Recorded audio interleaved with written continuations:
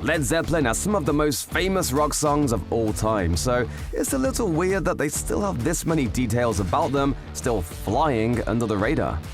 It's hard to imagine Led Zeppelin being fronted by anyone other than Robert Plant, but had Jimmy Page's first choice for Led Zeppelin's lead singer worked out, the history of rock music would be drastically different. Singer Terry Super Lungs Reid was one of Page's first choices to front his band, which was then called the New Yardbirds, but Reid had already signed with high-profile producer Mickey Most. The sweet-voiced rock prodigy had to turn down Page's offer, but suggested the guitarist take a look at Robert Plant, who he described as a Greek god. Page obviously liked what he saw in Plant, who brought along his buddy John Bonham to play the drums, and the rest is rock and roll history. Reid's career certainly wasn't a failure, but turning down Page's offer to front Led Zeppelin was the biggest mistake of anyone's career, ever. Reid wasn't the only one to be offered the gig. Page also considered Steve Marriott, singer for British rock band The Small Faces. So why didn't it happen? Marriott's manager was Don Arden, Sharon Osbourne's terrifying father, and a guy who called himself the Al Capone of pop. Don Arden, dun dun dun. Page received a message from Arden saying, "How would you like to play guitar with broken fingers?" The violent rejection took the wind out of Page's sails. Everybody went back to their respective bands, and no fingers were broken. Led Zeppelin and the New Yardbirds weren't the only names that Zepp have used on stage. Once the band played a show in Copenhagen as the Knobs. Why the name change? The name was Led Zeppelin's response to Eva von Zeppelin, the granddaughter of Ferdinand von Zeppelin, founder of the Zeppelin Airship Company, who had threatened legal action if they ever performed as Led Zeppelin in Denmark. In response, Page decided the band would change its name to the Knobs for its show in Copenhagen, calling the whole ordeal absurd. The group even tried to pacify the outraged noblewoman in person. Page recalled, "The first time we played, we invited her backstage to meet us, to see how we were nice young lads. We calmed her down, but on leaving the studio, she saw our LP cover of an airship in flames and she exploded. I had to run and hide. She just blew her top. Oh, the humanity." Led Zeppelin wasn't always the well-loved band it is today. Early on, some very influential critics saw the future rock icons as nothing but loud, unoriginal, overtly sexual, bombastic blowhards. In particular, Rolling Stone absolutely despised them, calling their debut album weak and unimaginative, saying that Robert Plant's vocals were prissy, and concluding that Led Zeppelin wasn't nearly as good as Cream, which had just broken up. Criticism got so bad that Zepp intentionally named the fourth album Nothing at All, provided no band info, no photos of the group, and gave no interviews to promote it. They also made one of the greatest albums of all time, which probably helped ward off the critics for good. Jimmy Page always exhibited a God-given talent on the sixth string, but playing guitar in the world's greatest rock and roll band wasn't his original goal. In April 1958, a 14-year-old Page appeared on BBC's television show All Your Own, where the prodigy demonstrated his guitar prowess in a group of skiffle musicians. After the performance, the host asked Page about his future aspirations. Can you move on? What are you going to do when you leave school? Take up skiffle? No, I want to do biological research. In an interview with ITV 5 years later, a 19-year-old Page spoke of different professional goals, telling the interviewer he hoped to become an accomplished artist, which seems to have worked out. While not a master of the actual dark arts, Jimmy Page was certainly interested in them, enough to buy what some might call the most evil house in Great Britain. That would be Aleister Crowley's Boleskine House, which the occultist magician bought in 1899. Page bought the house in the 1970s, and though he never really lived there, he visited enough to be permanently tied to it in the public eye. Being filmed in and around the house with glowing red eyes in the Zeppelin concert film, the song remains the same. Legend maintains that Crowley was called away in the middle of a ritual that had summoned demons to the residence, and he just never cleaned the place up. The person who actually lived there, Page's childhood friend Malcolm Dent, stayed there for 20 years before Page sold the place. As he told the Inverness Courier in a 2006 interview, doors would be slamming all night. You'd go into a room and carpets and rugs would be piled up.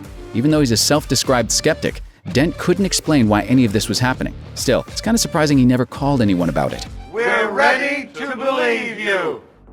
In 2007, Led Zeppelin's 3 surviving members and Bonham's son Jason took to the stage at London's O2 Arena and played a near-perfect 2-hour show. That set stoked appetites for more shows and more music, but while that performance left fans thinking they could indeed do it all again, Led Zeppelin simply never got back together. Here's why they never will. Led Zeppelin effectively ended on September 25, 1980, when Bonham died after a massive drinking binge. John Bonham, found dead in bed yesterday in London at the home of the group's guitarist, Jimmy Page. According to The Guardian, Bonham had consumed 40 measures of vodka during a 12-hour band rehearsal that day. If you don't know what a measure is, that's an ounce and a half, or a shot. So basically, Bonham had 40 shots of vodka. Yeah.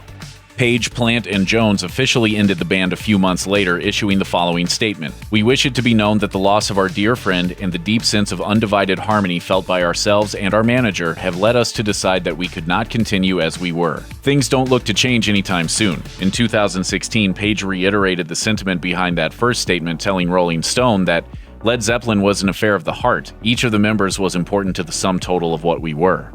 Jimmy Page, Robert Plant, and John Paul Jones are each well into their 70s. Their last gig together took place over a decade ago, too, though Plant still tours with his own solo band and Jones occasionally plays when the mood strikes him. Still, with the exception of perhaps the Rolling Stones, few bands as old as Zeppelin can bound across a stage like they used to. Injuries would be likely and exhaustion would be inevitable. After all, headbanging isn't exactly great for the neck and shoulders. Let's face it, John Paul Jones is a busy man. At this very moment, he could be practicing a Nordic folk song in preparation for a gig with his folk trio Snow Eye. Or he might be considering another guest appearance, such as his 2017 show with Donovan in aid of a charitable photography exhibit. Or maybe he's reviewing the libretto for the opera he's been working on for the last who knows how many years. A fresh take on August Strindberg's The Ghost Sonata, which, according to his publisher Chester Music, will be performed sometime in the 2019-2020 opera season. Jones also remains in contact with the other members of Them Crooked Vultures, including Foo Fighters frontman Dave Grohl. Grohl recently told British music magazine NME that they still text each other from time to time. Bonham continues to tour theaters around the US with his tribute show, Jason Bonham's Led Zeppelin Experience. He also drums for Black Country Communion, a supergroup consisting of Bonham, Joe Bonamassa, ex-Deep Purple singer Glenn Hughes, and former Dream Theater keyboardist Derek Sherinian. Bonham also helps make people's musical dreams come true through his involvement with the Rock and Roll Fantasy Camp. For a trifling fee of only $5,000, campers can jam with Bonham as well as Aerosmith's Joe Perry while rocking out, taking seminars, and living like music legends. Groupies not included, presumably. His first and only solo record, Outrider, was released in 1988, but Jimmy Page has been talking about a follow-up album ever since. He's collaborated with other artists over the years, but more recently, Page has hinted at actually following through on his desire to release new solo music. He told Rolling Stone in 2015 that, "I've got a game plan. I'm not going to tell anybody anything. I don't want to give people ideas. I prefer to just get people by the jugular when I'm ready." Page left some clues as to the contents of his next solo endeavor in an earlier interview with Rolling Stone, during which he discussed a more wide-ranging guitar project. He said, "It's not just acoustic, it's not just electric, it's everything I can muster up. Whatever it is, and whenever it's released, it's no doubt hotly anticipated." Robert Plant often gets the blame for being somewhat of a stick in the mud when it comes to a potential Zeppelin reunion. He's often accused of being too focused on the present to give the public what it really wants, which is a slice of the past. His recent releases, however, have been nothing less than spectacular, from his Grammy-winning collaboration with Alison Krauss through to his chart-topping solo albums. There may be lots of talk about the possibility of a Zeppelin reunion, but Plant, naturally, is having none of it. When pushed on the subject by a reporter from Rolling Stone, he asked, "Do you know why the Eagles said they'd reunite when Hell Freezes Over, but they did it anyway and keep touring? It's not because they were paid a fortune. It's not about the money. It's because they're bored. I'm not bored."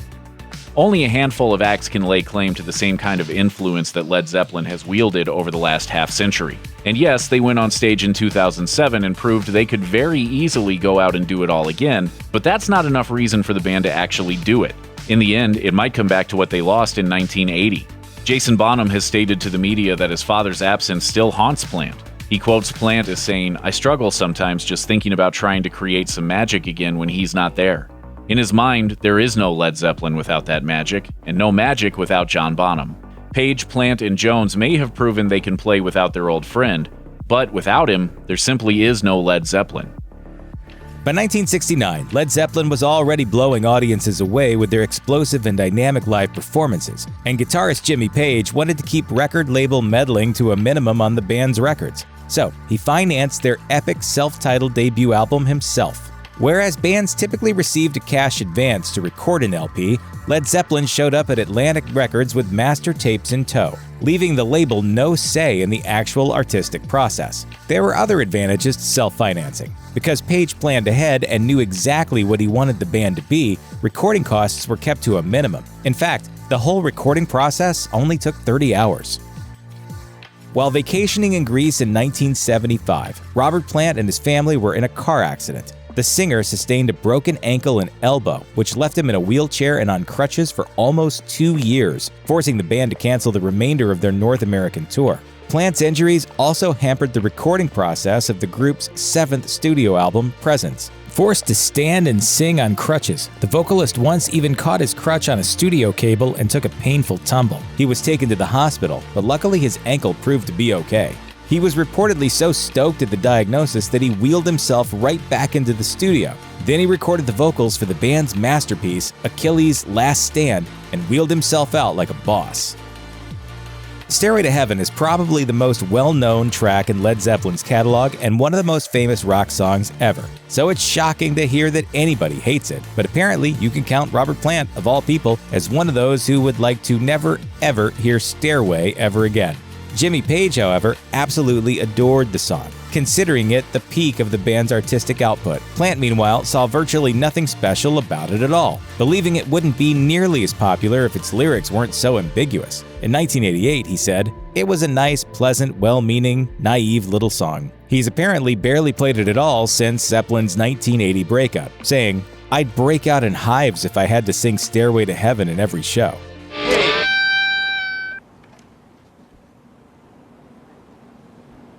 No stairway. Denied. Going to California is a gentle ballad about a beautiful, lonely woman. But there's also something about drowning in the god's giant nosebleed. So who knows what Plant was getting at?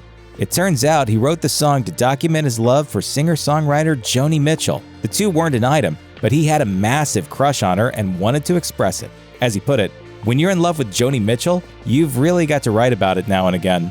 Plant also had earthquakes on the brain. The other part of the song, about mountains shaking and gods getting punched in the nose, was inspired by the pains of working in California right on a fault line. In fact, when Jimmy Page was mixing the album in Los Angeles, a minor earthquake shook up the studio. Technically, in their native England, Led Zeppelin is a one-hit wonder. That's mainly because they were an album-oriented band that, for the most part, hated releasing singles. At the time, most radio singles were under 3 minutes, and Zeppelin rarely went that short. When Atlantic wanted to release Whole Lotta Love as a single in the United States, many radio stations were very nervous about playing a 6-minute song with a bridge consisting of weird sounds and moans of ecstasy. So the label edited the bridge out, enraging Zepp, who cared about the art remaining intact way more than any calculated business decisions. In response, the band refused to release a UK version of the single, which remained a practice for their entire career and beyond. No Zeppelin songs were released in England as singles until a remastered version of Whole Lotta Love appeared on the Billboard charts in 1997. One of the most persistent rumors swirling around Led Zeppelin is their supposed Satanism, including the rumor that they sold their souls in exchange for their immense success. This rumor was inspired by 3 things. There was lead guitarist Jimmy Page's interest in the occult, specifically occult leader Aleister Crowley. There was the band's refusal to ever issue any sort of denial, likely because they felt the rumors only added to their allure. And then there was the crazy idea that there were backwards messages praising Satan hidden in their songs, including Stairway to Heaven. The band's image didn't help either. Between Page's obsession with witchcraft and singer Robert Plant's fascination with Lord of the Rings, not to mention their notoriously hard-driving rock and roll lifestyle in the early 1970s, Satanism didn't seem out of place. But while Page's personal philosophy lined up with Crowley's do what thou wilt mantra, Crowley himself wasn't actually a Satanist, and there's zero evidence that Page, or anyone else in the band, was either. Led Zeppelin certainly isn't the only band rumored to have embedded secret backwards messages in their songs through a technique known as backward masking, but they're pretty closely associated with the alleged activity. While rumors of Satanism and other occult practices swirled around the band almost since their inception, the idea that they were using these backwards messages to subliminally influence the impressionable teen fans didn't spread into the early 1980s. That's when the anti-rock televangelist Paul Crouch began talking about the technique. The most famous example of these supposed messages is in Stairway to Heaven. Supposedly, if you play the early part of the song backwards, you can hear Plant singing lines that begin, and it sure does sound like that when you play it backwards. Kind of, if you use your imagination, which is the point. See, there are various psychological reasons we think we hear something coherent in what is clearly a slur of backwards sound. Human beings are primed to seek meaning from sounds, even if they're not actually forming words. To To this day, people swear they saw Led Zeppelin perform live on television in the 1970s, which would be news to the band. The band did perform a very, very early show on Danish television back when they were still known as the New Yardbirds in 1969. They even appeared on Japanese television later that same year. But once they were the band we recognize as Led Zeppelin, they were done with TV. Zeppelin's infamous manager, Peter Grant, refused to allow the band to appear on television because he regarded it as a giveaway. He wanted people to buy a ticket for a concert, not see one for free in their living rooms. And yet, the rumor persists because, in a way, Led Zeppelin was on TV, on a show called Don Kirshner's Rock Concert, which featured bands playing live back in the days before MTV. On September 29, 1976, the show aired footage from Zeppelin's concert movie. The song remains the same. Plenty of people with murky memories of this event will swear that Zeppelin played live, but it isn't true. The band never appeared on TV after March 1969. It's easy to understand why there might be some confusion over the credits of a lot of Led Zeppelin songs. After all, the band had a bad habit of adapting old blues songs and conveniently forgetting to credit the original artist, leading to a flurry of lawsuits over the years. But if you bought a copy of their debut album and came away believing that their hit song, Babe, I'm Gonna Leave You, is a traditional folk song that Jimmy Page arranged, you were bamboozled. And, it turns out, so were they. The band first heard the song because they were huge fans of Joan Baez, and she played the song in her shows all the time. She even included it on her 1962 album Joan Baez in Concert, where she mistakenly credited it as traditional, meaning it had no author. When Zeppelin reworked the song for their debut album, they used the same listing, crediting Page for their arrangement only. But the song was actually written in the late 1950s by Ann Breeden, who drifted out of the folk music scene and was completely unaware of Zeppelin's version until a decade after it was released. Even if your musical taste ranges far from the 1970s hard rock, you know the drums from Led Zeppelin's 1971 song, When the Levee Breaks. The drums have an epic echo and delay that makes the sound absolutely massive, and other artists have been sampling the beat for decades. What you probably believe about this drum track is that Jimmy Page got that huge sound by putting John Bonham's drum set in a stairway at a drafty old cottage the band was recording in, Headley Grange. According to legend, the massive reverb is all natural, the result of the room's acoustic qualities and not any sort of effects device. This is the hall where the drums were set up and where Levee Breaks was recorded. Unfortunately, it doesn't appear to be true, even though there are multiple interviews where Jimmy Page perpetuates the story. According to Andy Johns, the recording engineer who worked on the song, they used a device called a Benson Echo Rec to give the drums that sound. Still, that doesn't make the track or the drumming any less incredible. Led Zeppelin was huge, and they still are. According to Forbes, they've sold over 300 million albums. They're also one of a handful of bands that have had name recognition outside their given genre and time period. And they're part of an even shorter list of bands from that era whose music is still widely played and sampled. Some of those songs are so recognizable, so embedded in pop culture, that it's easy to understand why people think they had at least one #1 song. But they never did. First of all, they didn't release a lot of singles because their manager, Peter Grant, wanted to force people to shell out for the entire album if they liked the song. In fact, they only released 10 songs that made the Billboard charts at all. And the closest to #1 they ever got was when Whole Lotta Love hit #4 in January of 1970.